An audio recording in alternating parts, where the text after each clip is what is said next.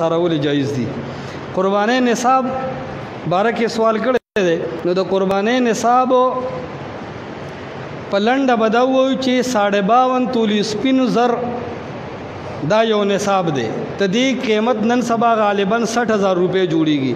چا سره چې 60,000 روپے وي د ضرورت نه سیوا یا وسره 52 تولې سپین زر وي یا وسره د مال تجارت وي چې د هغې قیمت د 80,000 روپو نه اوړي یا د سره سونه ده خو د سونې نه علاوه ور سره نور نقد پیسې وغیره شته چې هغه سونه یعنی یو توله سونه ده یو سړي سره نو یو توله سونه کم از کم لاکھ روپے ده که نه.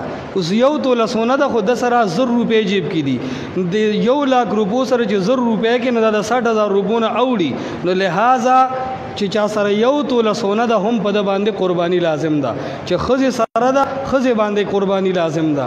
د سړي په اختیار کې د 52 تولې سپینو زرو برابر ملکیت مال وي که کال په تیر وي او که تیر نه وي خو قرباني په لازم ده. د زکات د پاره په کال تیرېدل شرط دی د قربانۍ د پاره په کال تیرېدلو شرط نه دی چې د ضرورت نه زیات دومره مال وي نو قرباني په داسې سړي او ښځه باندې لازم ده. واخر دعوانا الحمدلله رب العالمین.